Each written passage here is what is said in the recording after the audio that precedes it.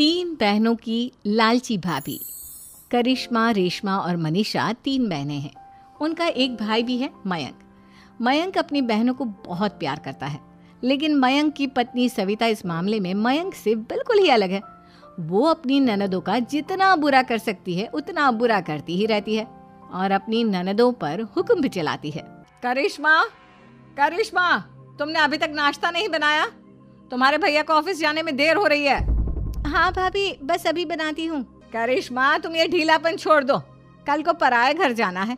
वहाँ अगर तुम इस तरह से काम करोगी तो लोग क्या कहेंगे कि माँ ने और भाभी ने कुछ सिखाया नहीं।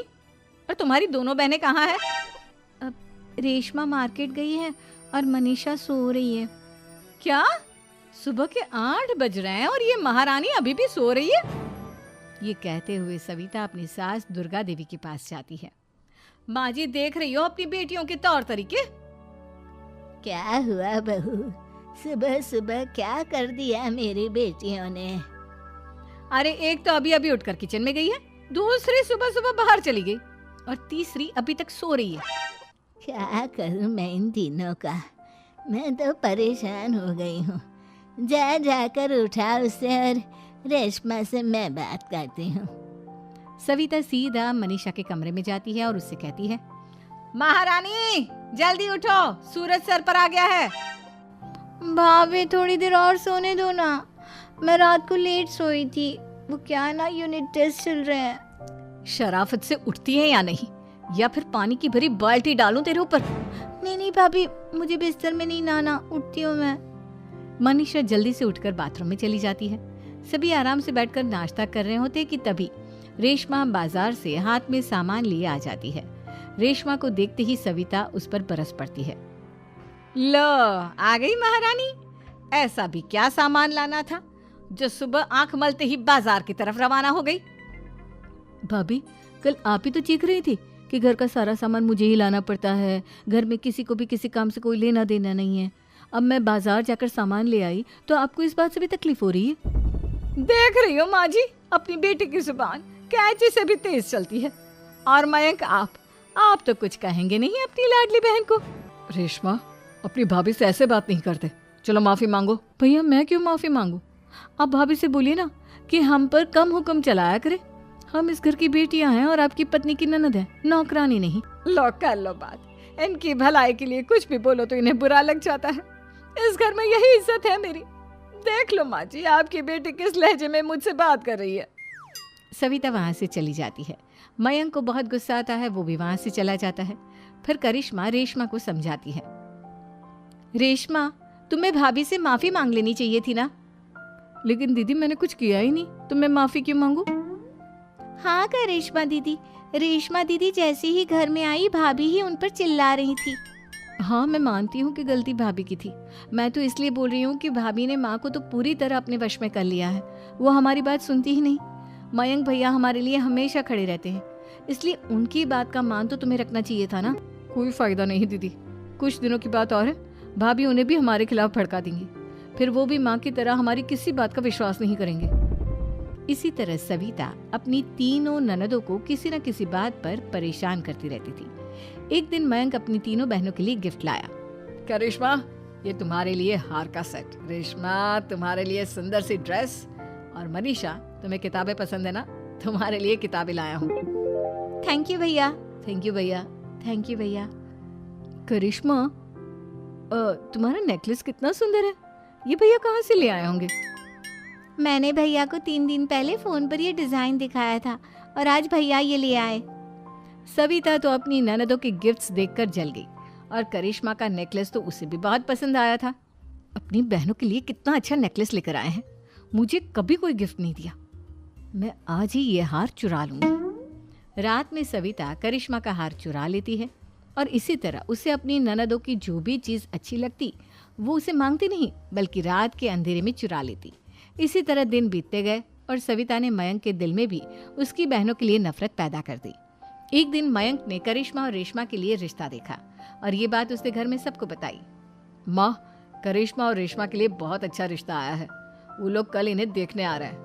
आप और सविता मिलकर सारी तैयारी कर लेना। ये सुनकर करिश्मा और रेशमा खुश हो जाती हैं, लेकिन सविता सोचती है, अगर इन दोनों बहनों की शादी हो गई तो घर और बाहर का काम कौन करेगा? मनीषा तो एक नंबर की कामचोर है, उससे तो किसी बात की उम्मीद लगाना ही बेकार है। मुझे इस शादी को रोकना होगा। अगले दिन सभी लड़के वालों के स्वागत की तैयारी करने में लगे होते हैं। तभी मयंक अपनी बहनों से आकर कहता है, तैयार हो गई तुम दोनों? देखो दोनों लड़के बहुत अच्छे हैं, मैं कोई कसर नहीं छोड़ना चाहता, इसलिए तुम उनके सामने अच्छे से बिहेव करना और अपनी भाभी से लड़ने मत लग जाना। करिश्मा, तुम वो नेकलेस पहन लो ना जो मैं तुम्हारे लिए लाया था। भैया मैं बहुत देर से वो नेकलेस ढूंढ रही हूँ, लेकिन मुझे मिल ही नहीं रहा। क्या तुमने नेकलेस खो दिया? तुम्हें पता भी है वो कितना महंगा था? तुम कोई काम ढंग से नहीं कर सकती।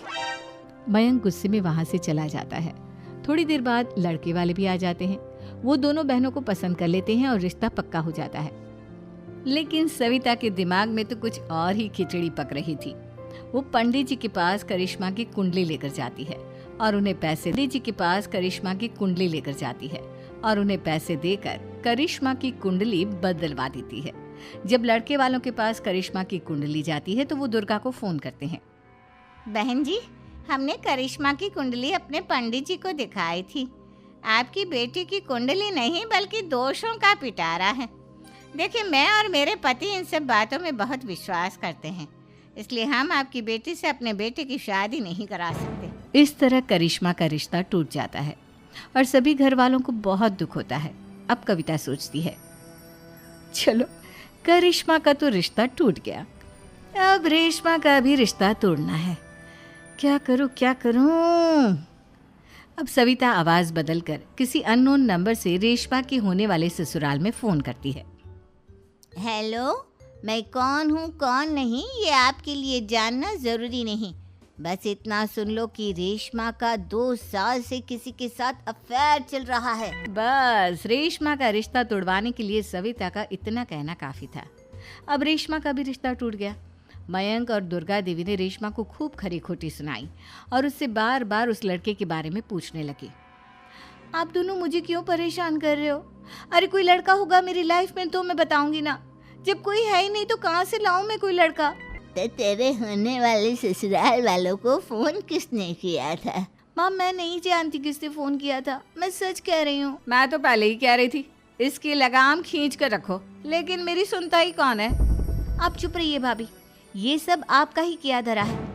अब तीनों बहनों को विश्वास हो जाता है कि ये सब उनकी भाभी ही कर रही है। तीनों बहनें अपनी भाभी को सबक सिखाने के लिए एक वकील कर लेती है और घर में हिस्सा मांगना। देखो भैया, माँ बाप की जायदाद में जितना बेटों का हक होता है उतना ही बेटियों का, इसलिए इस घर के 4 हिस्से होंगे और हमें अपना हिस्सा चाहिए। मैंने तुम्हारे लिए क्या क्या नहीं किया और तुम इस घर में हिस्सा मांग रही हो? भैया, आप और माँ हम बहनों की कोई बात नहीं सुनते हो और भाभी हमारी शादी नहीं होने देगी क्योंकि उन्हें लगता है कि आप हमारी शादी में ज्यादा पैसा लगाओगे और उन्हें हम जैसी फ्री की नौकरानी कहाँ मिलेगी। तो हम भाभी के साथ तो रह नहीं सकते, हम बहनों को अपना हिस्सा चाहिए। अरे तुम्हें शर्म आनी चाहिए अपनी भाभी पर ऐसा इल्जाम लगाते हुए। वो तुम्हारे बारे में कितना सोचती है। हाँ माँ, भाभी हमारे बारे में बहुत सोचती है, दिन रात बस यही सोचती रहती है कि किस तरह से अपनी तीनों ननदों को परेशान करूं और कभी मुझे पढ़ने भी नहीं देती। दोनों बहनों का रिश्ता भी तो इन्होंने ही तोड़वाया है और रात में हमारे कमरे में आकर हमारी चीजें भी चुराती हैं। इसी तरह सविता की तीनों ननदें अपनी बात पर अड़ी रही। अब कोर्ट में तारीख भी शुरू हो गई। जब सविता को लगा कि उसकी तीनों ननद इतनी आसानी से नहीं मानने वाली, तो उसने अपने पति और सास को सारी सच्चाई बता दी और अपनी तीनों ननद से माफी मांगी। मयंक और दुर्गा को भी अपनी गलती का एहसास हो गया। अब सविता खुद करिश्मा और रेशमा के लिए अच्छा रिश्ता ढूंढती है और उनकी शादी करवाती है।